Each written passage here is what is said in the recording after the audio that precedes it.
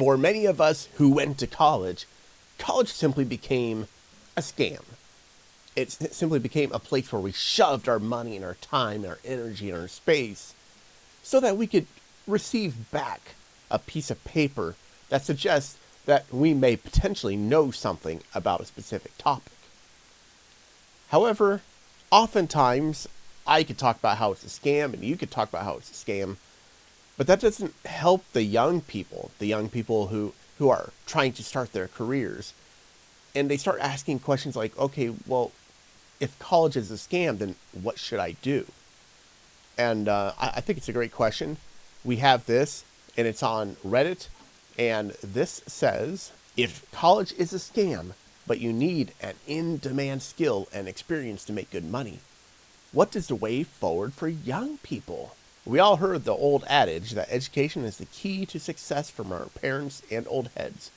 This is especially true if you are a child of immigrant parents who came from a crappy third world ex-communist country. But now, with the job market being as bad as it is, there is more and more rhetoric of college being a scam, in the sense that the value of the degree is not worth the job opportunities it provides. Suppose college supposedly isn't worth it anymore. In that case, most people don't have an uncle or family friend who's company CEO who can hire them. And every profitable job requires good experience and a varied skill set. So what is the path to a profitable career for people? Yeah, this is exactly correct. This is exactly correct that there are some careers that you definitely need to get a college degree for. There's no doubt about that. Accounting is the one I bring up all the time because that one for sure you will not get anywhere without an accounting degree. But the question that is brought up then is, okay, if this is true, if there are a lot of worthless degrees out there, then what should we do? And I could spend all my time talking about it, but I think we got enough of a board right behind us to kind of talk about it. Let's kind of go through this just a little bit. I won't make a huge presentation, but let's just kind of talk about the importance here. No matter what you do as an individual, regardless of your career, your profession, no matter what, the most important thing that you can end up doing for yourself is building contacts, or better known as relationships. I'm mainly crafting this towards people who are generally speaking in high school or, maybe even younger or early college career because this is the most important time to do this. The mistake that people make is that when they are younger, you go through life, and we'll just make a graph, and we'll just say, well, let's do it that way. Let's do it the other way. This is output. So this is the amount of energy that you put into your job, into your career. And this is time. And so what people do is that they put a certain amount of output in, and then high school grad is there, college grad, 32 years old. And so when you're in high school, your output is here. And then when you graduate, you kind of go like this a little bit. And then when you go to college, it goes back down. And then suddenly, the expectation that when you're going to graduate college, the expectation is that suddenly, out of nowhere, you're going to go boop, and you're going to flip on a light switch, and suddenly your output is going to be like this. And when you put a lot of energy into what it is that you're doing, you're going to make a lot of money. This is the expectation. This is how people think, how people approach college. In reality, what you should be doing, instead of waiting until after college is over, is you need to be putting in varied levels of career output as soon as you can. Now, not everybody could do it, and obviously, the better your relationships are, the better off you'll be. So the first mistake people do is they wait. They wait until it's too late, because all the relationships that you build, I mean, just on a basic scale, if you're a young person, how do you build these relationships? Well, generally things like organized sports. Maybe a job or work. Maybe organized religion. And the important part that when you're doing these activities while you're a young person is that you're doing real participation. Now, what do I mean by real participation? Well, let's just imagine that you're on a football team when you're in high school, but you don't spend a lot of time in the weight room. You don't spend a lot of time with the team. You just go to practice and you kind of run around a little bit. Maybe sometimes you catch a pass, maybe you don't. You're not really that involved. You're not really that into football or 4-H or any of these other things. These are the sort of activities where you get a chance to build a relationship.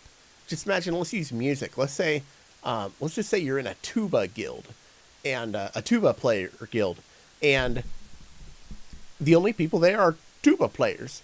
But you don't really practice. You're not that good. You don't go to any activities. You don't go to anything. All you do is you just pay your $50 a year guild expense, your fee, and that's all you do. Well, in all honesty, you're not going to get a lot out of it, because the amount of time and energy that you're putting into it, your show of dedication, is not that great. However, if you are that same tuba player and you're constantly participating in things and you're doing having a lot of activities, then somebody say, "Oh yeah, I know that one guy, and he's here all the time. He's awesome. I love that guy. We go out for a beer every once in a while," and that's what you got to do. So the first thing, no matter who you are, actually, but especially if you're a young person, and especially if you're wanting to skip the college experience, is relationships. You need to make sure that you are building a network. And it's not about how much money you directly make from that network, but more of what is the benefit you potentially could get out of it, not because you're there only for the benefit, but because you care about the subject. So that's the first thing. The next thing is pick something that does not require a college degree, and something that is not going to go away. So, so we talk about trades a lot of times. Electrician. If you feel like you're smart enough and you're competent enough to be an electrician, then yes, go be an electrician. And pick it early. Know right away. Do some job shadowing. Right? So you do some job shadowing. You're like, yeah, I'm going to be an electrician. I'm only 15, but that sounds like a good plan to be an electrician. And so you spend your time job shadowing, doing all this stuff. And guess what? By the time you're 18, 19, you're going to know how to be an electrician. And you may end up being, working with electricians at that point. And that puts you on a good path for a good career. I have run into some people who have decided that they're not going to go to college, and they go into law enforcement.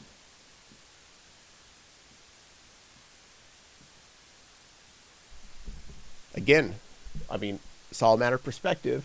If you can walk in the door and make $70,000 per year as an 18-year-old, that's pretty darn good, especially right now. Okay? So these are things that you can consider.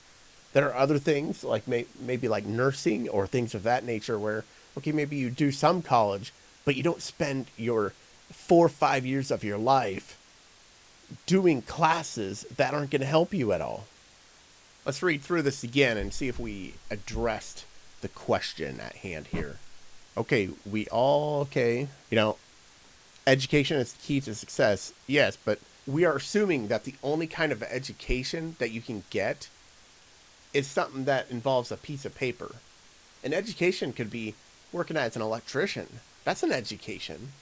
Your education could be you learned how to drive a tractor and you work in agriculture. That's an education too. Just because you didn't go to college doesn't mean you don't get an education. Okay, all right. You don't know anybody, CEO, etc.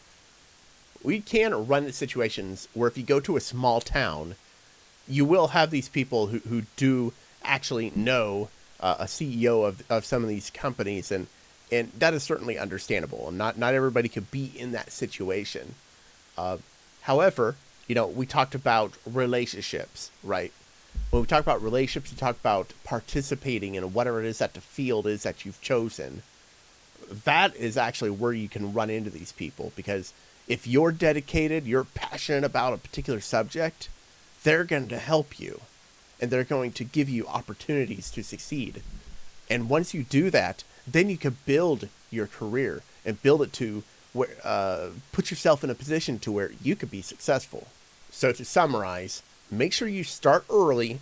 Make sure you have it in your mind. You pick something that you can go after and dedicate your life to, whether that's to be a software engineer or an electrician or a farmer or a nurse, whatever it is. Just make sure you select something.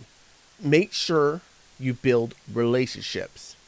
And it doesn't have to be relationships that have to do with your industry.